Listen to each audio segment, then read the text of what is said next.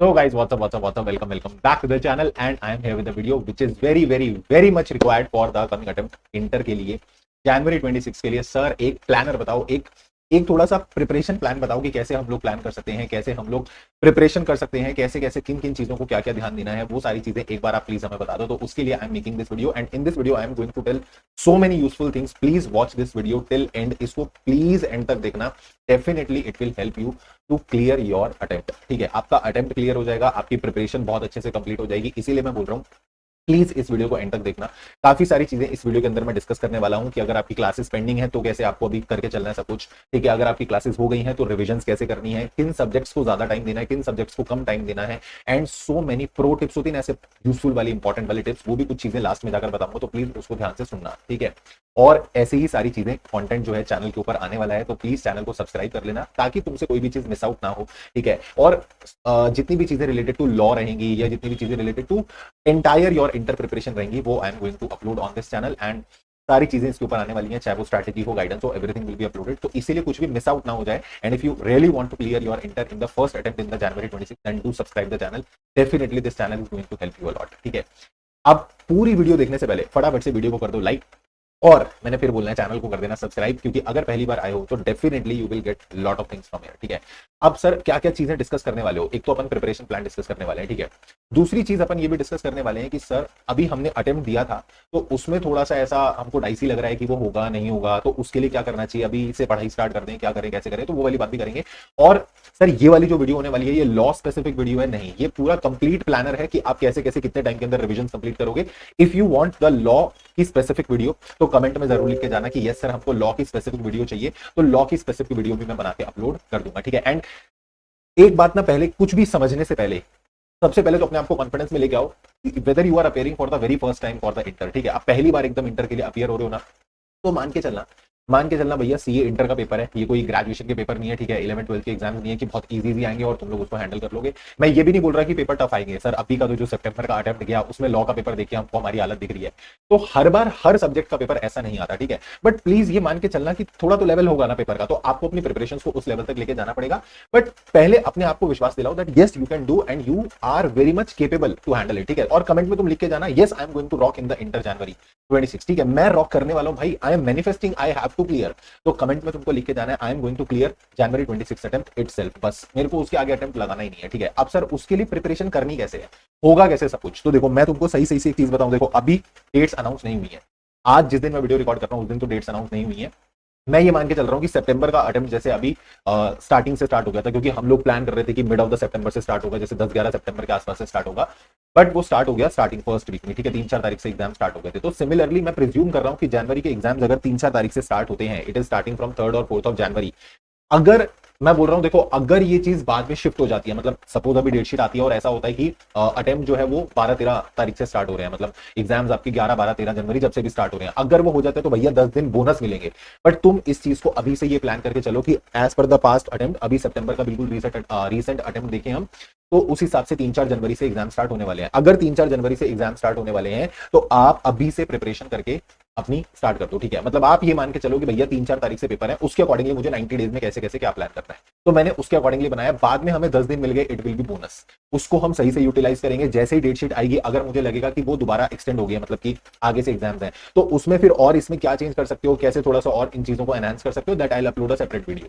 अभी मैं ये मान के चल रहा हूँ कि 3-4 जनवरी के आसपास जो आपके एग्जाम स्टार्ट होंगे, तो भैया मान के चलो पहला पेपर अगर आपका एडवांस अकाउंट का है, ठीक है, अगर फर्स्ट अटेम्प्ट एडवांस अकाउंट का है आपका फर्स्ट एग्जाम जो है, और आप 29 तारीख के आसपास, 29-30 तारीख के आसपास आप अकाउंट्स पढ़ना स्टार्ट कर दोगे, तो आपके पास 28 ऑफ दिसंबर तक का टाइम है। अभी से लेकर अगर आप काउंट करते हो तो 28 दिसंबर तक का टाइम है, अप्रॉक्स आपके पास 97 डेज बैठेंगे। मैंने उसमें से भी 7 दिन बफर निकाल दी है, मतलब मैंने उसमें से भी 7 दिन एक्स्ट्रा रखे हैं, क्योंकि मान के चलो वो जाएंगे।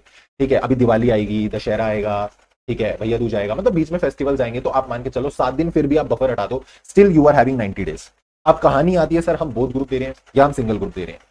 पहला सवाल, जिन्होंने अभी, अगर ये वो बच्चे वीडियो देख रहे हैं जिन्होंने अभी अटेम्प्ट दिया था और उनका ग्रुप 1 था या ग्रुप 2 था, जो भी एक ग्रुप था, और मेरे को ज्यादा जो लग रहा है क्योंकि लॉ के पेपर में बहुत तगड़ा बम फटा, तो जिन्होंने ग्रुप 1 दिया था तो बहुत सारे लोगों को ऐसा लग रहा है कि यस मतलब थोड़ा सा गड़बड़ हो गई है और हमारा ग्रुप तो नहीं निकलने वाला। तो अगर आप बहुत श्योर हो ना, मतलब आपको मैं बोलूंगा 70-80% भी लग रहा है ना कि आपका ग्रुप नहीं निकलने वाला, you start studying right now. अभी से ग्रुप 1 पढ़ना शुरू कर दो, ग्रुप 2 को साथ लेके चलो, और 6 ही पेपर हैं, बोथ ग्रुप दे दो। अगर आप अभी से प्रेशर हैंडल कर पाओगे तो ये चीज प्लान करोगे रिजल्ट आने के बाद, तो फिर आपने टाइम वेस्ट करा है। क्योंकि रिजल्ट आने के बाद मेरे से बहुत सारे बच्चे ये क्वेश्चन पूछते हैं कि सर अब मैं एक ग्रुप दूं या मैं बोथ ग्रुप दूं।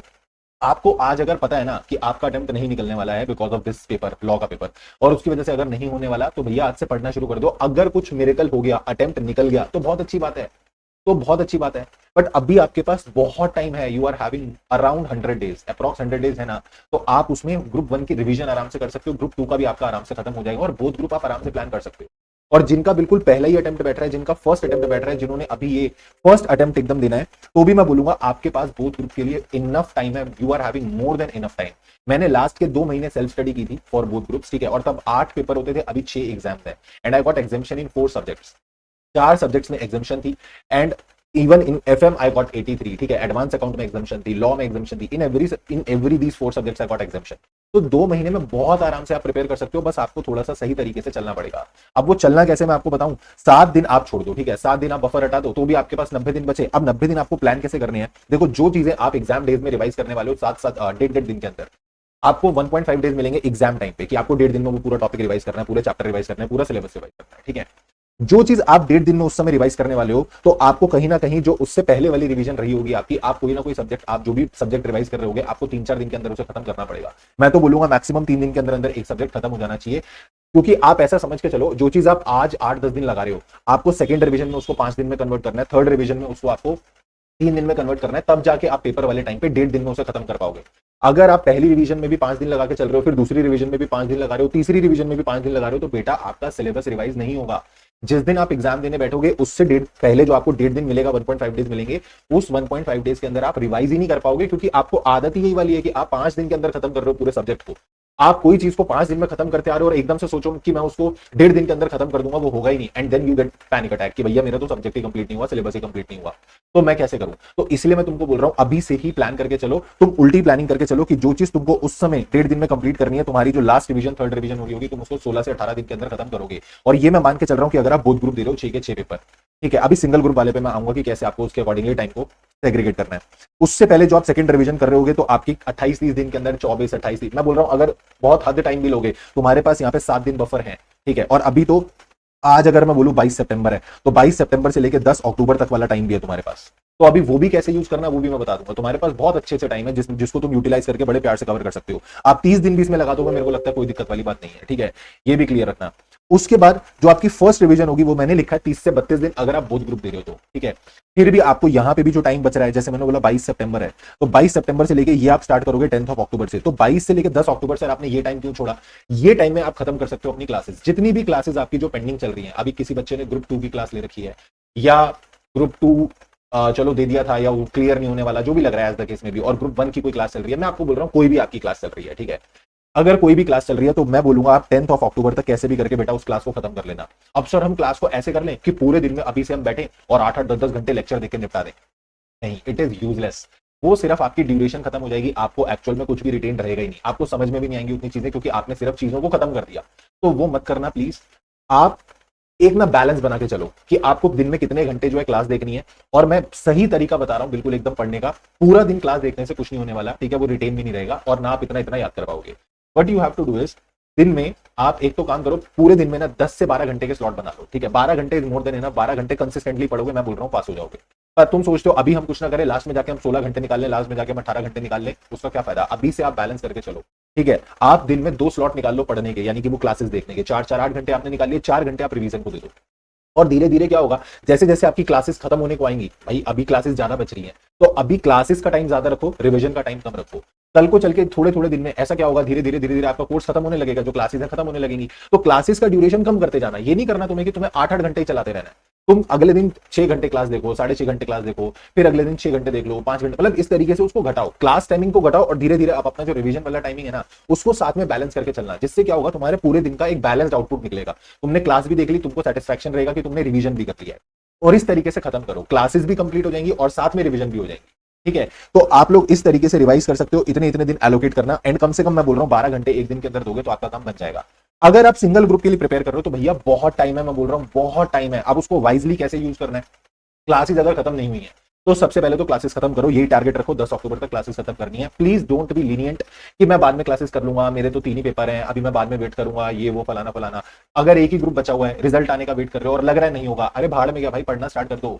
Y you are waiting for result, why you are wasting these 30-40 days जब तक रिजल्ट नहीं आता, क्यों टाइम पास कर रहे हो?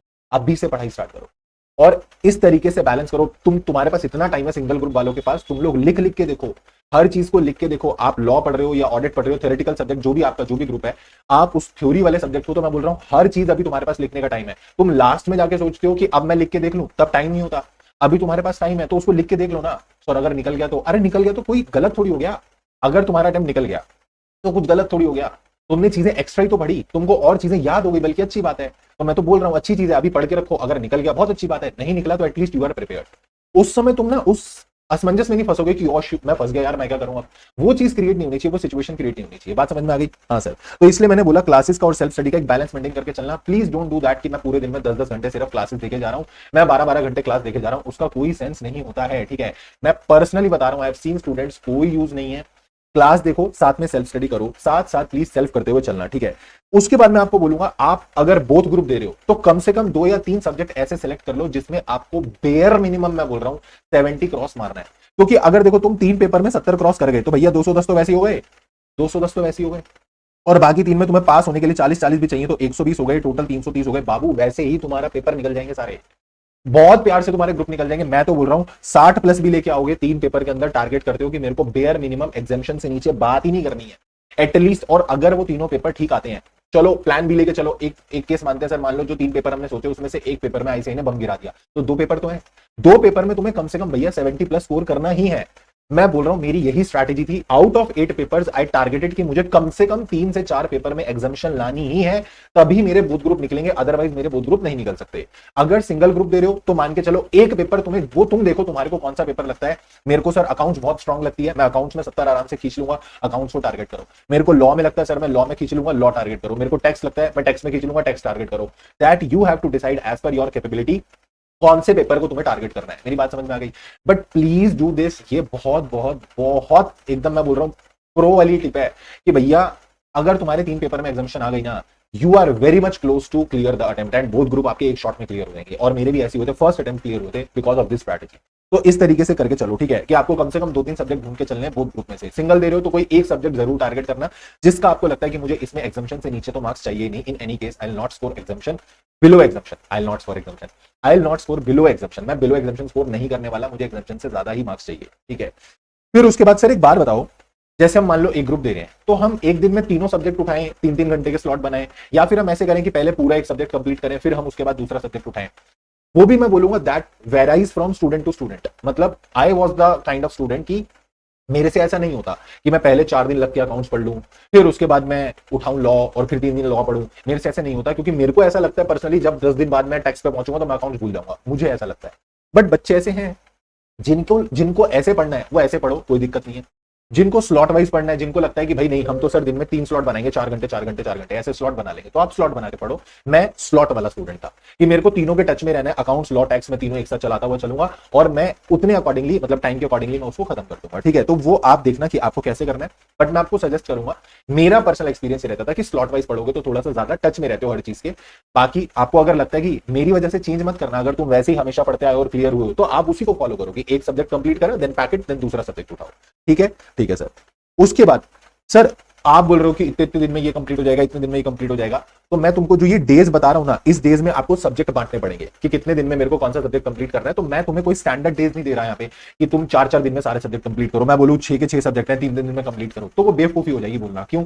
अब मैं तुम्हें बोलूं 3 दिन में लॉ कंप्लीट करो और उसी 3 दिन के अंदर आप एडवांस अकाउंट कंप्लीट करो, तो नहीं है ना जस्टिफाइबल। भाई लॉ का जो सिलेबस है कंपेरेटिवली कम है, advance account is very much vast, tax is very much vast, तो आप टैक्स और एडवांस अकाउंट को थोड़ा ज्यादा टाइम दो, उसमें 4-4 दिन लगाओ, लॉ के अंदर 3 दिन लगाओ। मतलब समझ रहे हो मैं क्या बोल रहा हूँ? कंपैरेटिवली तुमको थ्योरी सब्जेक्ट्स में कम टाइम लगेगा। आपको लगता है आपको बहुत डिफिकल्टी होती है ऑडिट में, लॉ में, तो उसके 3 के 4 दिन लग सकते हैं, बट कहीं ना कहीं तुमको कंटेंट भी देखना पड़ेगा। एडवांस अकाउंट, टैक्स हो गया, एफएम हो गया, तो इसके अंदर तुम्हें थोड़ा सा ज्यादा टाइम लग सकता है, तो इट्स ओके। तो प्रैक्टिकल वालों को थोड़ा ज्यादा टाइम देना, थ्योरी वालों को मेरे को लगता है कि वो थोड़ा तुम्हारा जल्दी कंप्लीट हो जाएगा, क्योंकि कोर्स उतना ज्यादा नहीं है। ठीक है, फिर उसके बाद एक और बात ध्यान से सुनना, सर अगर हमको ऑडिट और लॉ रिटेन ही नहीं हो रहा तो हम क्या करें? मैंने फिर बोला अभी टाइम है, start writing the topic which you are not able to retain. जो रिटेन नहीं हो रहा उसे अभी के अभी लिखना स्टार्ट करो, लिख के उसको याद करो, लिख के चीजें याद हो जाती हैं। आप क्या कर रहे हो, आप सिर्फ उसे रीड किए जा रहे हो, you are just reading it. आप देख रहे हो हाँ ठीक है, पढ़ लिया पढ़ लिया पढ़ लिया, हाँ पढ़ लिया पढ़ लिया। पढ़ना नहीं है भाई, उसे याद करना है, और याद तब, रिटेन तब रहता है जब याद करते हो चीजें। पढ़ तो तुम लेते ही हो, तुम निपटा देते हो फटाफट पढ़ पढ़ के, बट पढ़ पढ़ के वो चीजें याद ही नहीं रहती। तो आप उसको लिख के देखो, अभी टाइम है, लिखोगे, लिख के चीजें याद हो जाएंगी। एंड एक हार्श ट्रूथ है, वो मान के चलना, पहली रिवीजन में तुमको टाइम लगेगा तो भैया लगेगा, मैं तुमको बोल रहा हूं पहली रिवीजन में टाइम लगेगा, और वो लगाना। बट इतना भी टाइम मत लगा देना कि बहुत ही टाइम वेस्ट कर दो, ठीक है। डोंट डू दैट कि बिल्कुल ही लेट गए हैं कि हाँ चलो ठीक है इसको 20 दिन लगा दे रहे हैं, ये एक सब्जेक्ट में 20 दिन निकाल दिए, ये नहीं होना चाहिए। And it's very much normal, क्योंकि आप लोगों ने क्लासेस ली होंगी 5 महीने पहले, 6 महीने पहले, ठीक है। कई बच्चे 8-8 महीने पहले कोई सब्जेक्ट पढ़ के बैठे हैं, अब आप सोच रहे हो मैं उसको रिवाइज करने बैठूंगा, तो टाइम तो लगेगा भाई, क्योंकि तुमको चीजें रिकॉल करनी पड़ेंगी कि सर ने उस समय क्या बताया था, मैम ने उस समय क्या बताया था, तो तुमको चीजें याद आनी चाहिए, ठीक है। First revision will take your time, but first revision इसलिए बहुत जरूरी होती है क्योंकि वो तुमको हेल्प करेगी सेकंड और थर्ड रिवीजन में। अगर तुमने फर्स्ट रिवीजन जल्दी जल्दी खत्म कर ली, हाँ भाई ने फर्स्ट रिवीजन खत्म कर ली, अबे तू भाई फंसेगा सेकंड और थर्ड रिवीजन में, क्योंकि तुमको सेकंड में उतना ही टाइम लगने वाला है। तुमने टाइम ही नहीं दिया ना भाई चीजों को याद करने के लिए, तुमने बस अपनी तसल्ली के लिए निपटा लिया कि मैंने 5 दिन में लॉ खत्म कर दिया, मैंने 5 दिन, सर ने बोला था 8 दिन, मैंने तो 4 दिन के अंदर टेक्स्ट निपटा दिया। भाई जब दोबारा टेक्स्ट पढ़ने बैठेगा ना, और चीजें निकल के आएंगी, क्वेश्चन करने बैठोगे, अगली बार 6 दिन लगेंगे ना, वहीं पे ही पैनिक अटैक आ जाएगा कि मेरे को तो पहली बार रिवाइज करके बैठा हूं तब 4 दिन लगे थे, अब मुझे 6 दिन लग गए पेपर में, तो उसके बाद रिवाइज करूंगा कहीं 8 दिन लग जाए, पेपर में 1.5 दिन में कैसे करूंगा। यही तो बोल रहा हूं, उल्टी अप्रोच चलाओ। पहली रिवीजन में तुमको टाइम लगेगा और तुमको लगाना है, उसके बाद सेकंड रिवीजन तुम्हारा, जो ये लर्निंग कर रहा है ना वो ऐसी वर्क करता है कि प्लान, जब तुम पहली रिवीजन प्लान करोगे टाइम लेगा, सेकंड टाइम पे तुमको कम लगेगा, थर्ड टाइम पे तुमको और टाइम कम लगना चाहिए, and this is how it should goes. तो ये ध्यान रखना, फर्स्ट रिवीजन में टाइम देना, क्योंकि तुम्हारे पास बहुत टाइम है अभी, तो फर्स्ट रिवीजन में प्रॉपर रिवीजन करना, प्रॉपर अच्छे से लिख के देखो, चीजें याद करो, सारे क्वेश्चंस पढ़ो, और फर्स्ट रिवीजन में सारे क्वेश्चन में स्टार मार्क करते हुए चलो कि कौन सी चीज मेरे को सेकंड रिवीजन में देखनी है, कौन सी चीज मेरे को पेपर के टाइम पे देखनी है, हर चीज को मार्क करते हुए चलो। ये आपको पहली रिवीजन जो है ना, मैं बोल रहा हूँ ये गेम चेंजिंग रिवीजन होती है, जो आपको आगे हेल्प करने वाली है बहुत ज्यादा, ठीक है। And please please please don't waste time, please don't waste time. आप ऐसा मत सोचना कि मैंने बहुत टाइम ले लिया, मेरे को फर्स्ट डिवीजन में बहुत ज्यादा टाइम लग गया। एक जो जेन्युइन टाइम है उतना लगना चाहिए। अगर हाँ तुमको एक ही सब्जेक्ट के अंदर 10-12 दिन लग रहे हैं, 15 दिन लग रहे हैं, फिर तो मैं बोलूंगा कि कहीं ना कहीं तुम गलत कर रहे हो। Then you should ask your mentor, teacher, जिनसे भी आपकी बात हो रही है, मेरे से बात हो रही है, मेरे को मैसेज करो, मेरे को बताओ कि सर मेरे को इतना टाइम लग गया, क्या मुझे इसमें इतना टाइम और देना चाहिए, नहीं देना चाहिए। देन मैं आपको बता दूंगा कि क्या कैसे कर सकते हो बेस्ट पॉसिबल, ठीक है। तो इस तरीके से थोड़ा सा चीजों को प्लान करो, एक प्लानर रेडी करो प्रॉपर स्लॉट वाइज, या मैंने बोला जैसे भी डे वाइज, बट इतने टाइमलाइंस को ध्यान में रखते हुए प्लानर को बनाना, ठीक है। और उस प्लानर के अकॉर्डिंगली स्टिक होकर चलो कि भैया मेरे को पढ़ना है। एंड तुमको मैंने बहुत डेज बफर रखे हैं यहाँ पे, क्लास डेज रखे हैं मैंने कि तुमको जिसमें क्लासेस कंप्लीट करनी है, बहुत प्लेंटी ऑफ टाइम तुमको मैंने यहाँ पे दे दिया है कि बड़े आराम से ये भी प्लान फॉलो कर लोगे, आराम से क्लियर हो जाओगे। और जिनका सिंगल ग्रुप है भैया, मैं बोल रहा हूँ लेट जाओ, मतलब हर चीज लिखो, हर चीज पढ़ो, आरटीपी एमटीपी के क्वेश्चंस लिख के देखो, सारे सारे प्रैक्टिकल क्वेश्चंस करके देखो, you will be able to clear at one go, एक बार में क्लियर हो जाएगा, मैं तुमको बोल रहा हूँ, ठीक है। तो ये सारी चीजों को फॉलो करके चलना, एंड इसी तरीके का सारा कंटेंट जो है वो तुमको चैनल पे मिलता रहेगा। लॉ के लिए अगर तुमको स्पेसिफिक प्लानर चाहिए कि सर एक लॉ के लिए बताओ कि अगले 3 महीने में कितनी रिवीजन करनी चाहिए, कैसे करना चाहिए, क्या कैसे होना चाहिए, तो डेफिनेटली कमेंट के अंदर लिख के जाना, I will upload for the law as well. और कोई भी चीज जो तुमको लगता है कि सर ये चीज में हमको थोड़ा गाइड करो, इस चीज के ऊपर वीडियो बनाओ, या ये चीज हमको बताओ, हम इस चीज में बहुत ज्यादा फंसे हुए हैं, हम प्रॉब्लम फेस कर रहे हैं, definitely I will resolve it, definitely I will make video on it. तो कमेंट बॉक्स में जरूर लिख देना, मैं सारे कमेंट पढ़ के I will upload that video, whatever you will be needing, ठीक है। और वीडियो को लाइक कर देना, चैनल को सब्सक्राइब करना, ताकि तुमको सारा कंटेंट जो है वो मिलता रहे। और टेलीग्राम चैनल जरूर ज्वाइन कर लेना, क्योंकि जितने सारे रिसोर्सेज होते हैं, जो पीडीएफ्स हो गई, लॉ का कंटेंट हो गया, जितनी भी सारी चीजें होती हैं वो टेलीग्राम में ही अपलोड करता हूं। तो टेलीग्राम का लिंक भी आपको डिस्क्रिप्शन में मिलेगा, उसे भी आप ज्वाइन कर लेना, so that you will get all the updates. And subscribe करना ना भूलना, ताकि कुछ भी चीज मिस आउट ना हो, ठीक है। और टेंशन बिल्कुल भी नहीं लेनी है, एकदम अच्छे से पढ़ो। लास्ट अटेम्प्ट में बोला था, इस अटेम्प्ट में फिर बोल रहा हूं, और किया भी था, and definitely will do in this attempt also. जिस दिन तुम्हारा पेपर होगा भाई, लास्ट दिन तक, 1:45 बजे तक भी बोला ना अगर कि साथ तो साथ, ठीक है। और वो साथ दूंगा, टेंशन ना लेना, तुम लोग एकदम बढ़िया तरीके से क्लियर कर लोगे, ठीक है। अच्छे से प्लान करो, एक प्लानर रेडी करो। I'll see you soon in the next video. This is all for today. Thank you so much. Take care. Bye bye. And keep working very, very hard as somebody is waiting for your success. Thank you so much. Take care. Tata. Bye bye.